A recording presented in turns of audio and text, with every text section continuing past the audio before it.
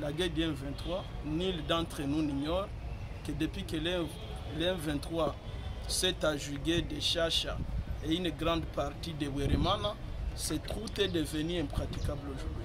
Et la population n'a d'autre choix que de passer par le lac avec tous les risques possibles. Deuxième raison, c'est la non-construction de cette route-là. Parce que Minova était quand même un peu praticable, mais il faut aussi qu'on comprenne que les frères et sœurs qui vivent du côté Niabi, jusqu'en descendant là où il y avait Boulema, la route là n'est plus praticable.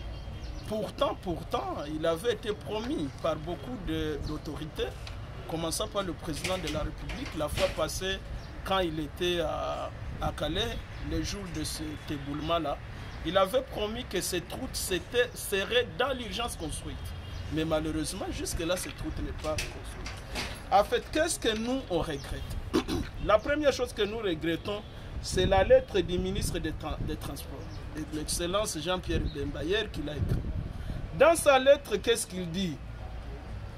L'objet, je vais vous le lire, rappelle sur les poursuites judiciaires des commissaires fluviaux et propriétaires des bateaux, pirogues et baleinières du Nord Kivu et du Sud Kivu. Il s'adresse copie conforme. Mais nous, on se pose la question. Est-ce que nos autorités ont le temps de prévoir ou ils n'attendent qu'une catastrophe arrive pour qu'ils commencent à faire ce qu'ils sont en train de faire? Parce que même, je vais lui rappeler, M. Jean-Pierre Bemba, les bateaux quittent Goma, il y a un commissaire du Nord Kivu. Les bateaux partent à Minova, il y a un commissaire logiquement du Sud Kivu. Ou un proposé commissaire. En quoi ceux du Nord qui vont faire dans un bateau qui chavire quittant Minova pour le Sud Kivu? C'est ça la question pour montrer que nos autorités aussi quelque part ont un problème de tâtonnement. Logiquement, on ouvrirait les enquêtes contre ceux du Sud Kivu, pas tout le monde. Lui, il prend dans la globalité, c'est-à-dire nous sommes dans un méli-mélo. On comprend que le ministre aussi se réveille, oh, il y a un naufrage, il écrit une lettre. C'est ça la première chose que nous regrettons. La deuxième chose que nous regrettons, la multiplicité des services. Qu'a fait ces services? Si vous allez même au port ici à Kituku, si vous allez au port public de Goma, il y a le 2GEM, il y a l'ANER, il y a Sefouma, il y a l'agriculture, il y a. Même si tu payes les billets, je vais vous dire, vous allez payer encore 2000 francs pour ce service-là. Mais est-ce que vous savez que jusqu'à cette heure, à moins que Dieu seul qui connaît tout le monde, puisse nous dire le nombre de gens qui étaient dans ces bateaux? Tout de suite, posez la question au gouverneur du Sud Kivu. Posez la question à tous les services qui étaient à ce port-là, qui ont remarqué ce surchargement, qui ont remarqué ce surpeuplement. Posez-leur la question, dans ces bateaux, il y avait combien de personnes?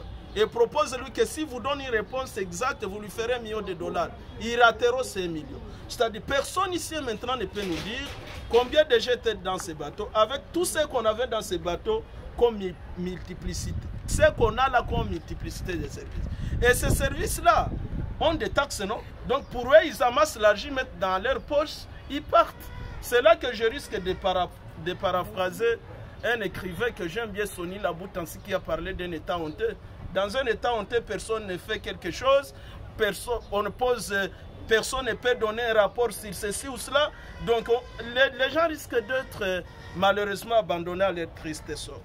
Un autre élément qu'on regrette, la ville de Goma aujourd'hui n'a aucune voie d'entrée, s'il vous plaît. Même nous tous ici, nous sommes dans une prison. Nous sommes dans une prison. La seule voie, c'est celle-là ici. Malheureusement, le lac qui devient aussi dangereux, parce que avec tout ce qu'il y a comme naufrage, tout ce qu'il y a comme tragédie dans ce lac, quelqu'un va accepter finalement mourir à Goma. Et la nourriture en grande partie qu'on a, la nourriture est bio, à part la nourriture qui nous vient du Rwanda et du Burundi, cette nourriture vient en grande partie des Minova. Mais vous comprenez aujourd'hui, même ceux qui nous amenaient ces nourritures-là sont abandonnés à leur triste sort. On nous amène des bateaux vétustes, je vais vous le dire. Qu'est-ce qui coûtait au gouvernement, comprenant qu'il n'y a plus de voies routières? Qu'est-ce qui coûte à un gouvernement responsable d'amener un bon bateau à Minova? Parce qu'on ne va pas nous dire que ce bateau était en bon état. On a vu les bateaux à chavirer un simple coup de vague. Donc c'est pour dire que ces bateaux n'étaient pas en forme, soyons sérieux. Alors que c'est la seule route. Aujourd'hui, la ville de Goma est asphyxiée comme ça, mais nous devons retenir au point de vue sécuritaire. Goma est la ville la surmilitarisée au Congo, je pense même en Afrique. Il n'y a pas une ville où il y a beaucoup de militaires comme nous les avons ici à Goma. Entre autres, je vais vous citer que nous avons la SADC ici qui dort dans des hôtels son pied en ville. Je vais vous dire que nous avons la MONUSCO ici depuis 1999. Elles sont des chefs des intouchables. Vous osez parler de la MONUSCO, vous mourrez les mêmes jours. Je ne vous rappellerai le cas du carnage du 30 août 2023. Nous avons ici bien d'autres. On a même des blancs qu'on voit passer dans des véhicules. On ne sait pas s'ils sont aussi de la MONUSCO ou sont de quel service. Mais une ville si militarisée comme ça, nous sommes incapables d'avoir une seule voie. Dire quand même la seule voie si on nous attaquait à Goma. Je vous dis, si les volcans apparaissaient, je m'excuse. Je ne vais pas appeler les volcans. On manquera au fuir. D'autres passeront dans ces lacs ici. C'est-à-dire, nous sommes dans un grand problème. Qu'est-ce que nous on demande? Nous demandons avec insistance qu'on nous dise clairement combien de gens étaient d'abord dans ces bateaux. Parce que le vice-gouverneur, on ne sait pas, il a tiré le nombre où quelqu'un se réveille et dit qu'il y a eu 6 et 20 combien de morts. Lui a eu ça ou ce papa-là. Comment il a eu les vingtaines de personnes? Ne sachant pas d'abord où il y a eu. Est-ce que c'est lui qui était à la fois à Minova, le vice-gouverneur, pour qu'il vienne nous dire, voilà, il y a eu autant de personnes? C'est le même cas quand on se rappelle, le carnage de plus de 100 personnes, on nous parle de 6 morts. Il y a eu des milliers de personnes mortes à Makala, on nous parle de 2 morts. Est-ce que moi je me dis, apparemment on a des problèmes, on risque de fuir ces pays. D'autres personnes, l'ouverture urgente de la route Goma-Sake. Parce que vous savez, quand cette route était ouverte, il y avait beaucoup d'avantages. Pour que nos frères et sœurs qui sont à Minova viennent à Goma, ils dépensaient ne fût-ce que 3000 francs. 3000 francs dans le bus, ils viennent avec leur sombé, ils viennent. 3000 francs, ils dépensent. Mais aujourd'hui, c'est impraticable cette route-là. Ils sont obligés d'abord de payer. J'ai posé la question aux amis de Minova. Ils sont obligés de payer d'abord 3000 francs pour qu'ils arrivent au port. C'est les 3000 francs qu'ils payaient pour directement venir à Goma dans le bus. Et sitôt être là, ils sont obligés de payer les transports, les billets du bateau et payer les petits services dont je viens de vous parler là-bas. Ils payent encore les 2000 francs pour jeton, c'est pas ceci ou cela. Mais quand cette route était bonne, ces gens avec 3000 francs, ils devraient arriver à Goma. Et c'est là pendant 1h30. Dans les bus, ils sont déjà à Goma. Deuxième élément, je voudrais appeler aux gens, ceux qui nous gouvernent, c'est là que je vais conclure, parce que souvent quand nous on est émotionné, on a difficile à parler. Que les gens puissent copier les rois Édipe. C'est une petite histoire de la mythologie grecque. Édipe, qu'est-ce qu'il a fait? Il s'est crevé les yeux. Quand il a compris que les mal du pays, les mal de la cité, parce que Édipe avait tué son père et épousé sa mère, quand il a compris que sitôt régnait dans cette illégalité, il y avait calamité sur calamité, malheur sur malheur, Édipe a été obligé de se crever les yeux et se retirer. Et quand il s'est retiré, il n'a pas voulu, il a expliqué qu'il n'a pas voulu voir comment les gens meurent comme ça dans des eaux. Personne ne pose la question. Il s'est troué les yeux.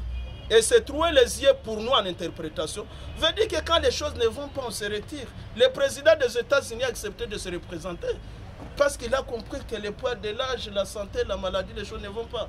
Donc c'est tout simplement ça. Nous sommes abandonnés, mais malheureusement nous sommes dans un pays, même quand les gens meurent comme ça, quelqu'un va vouloir qu'on l'applaudisse. C'est ça aussi le problème. Quelqu'un va vouloir qu'on tienne une réunion, on fait une marche de soutien. On nous a rendu des petits idiots là. Et c'est très grave.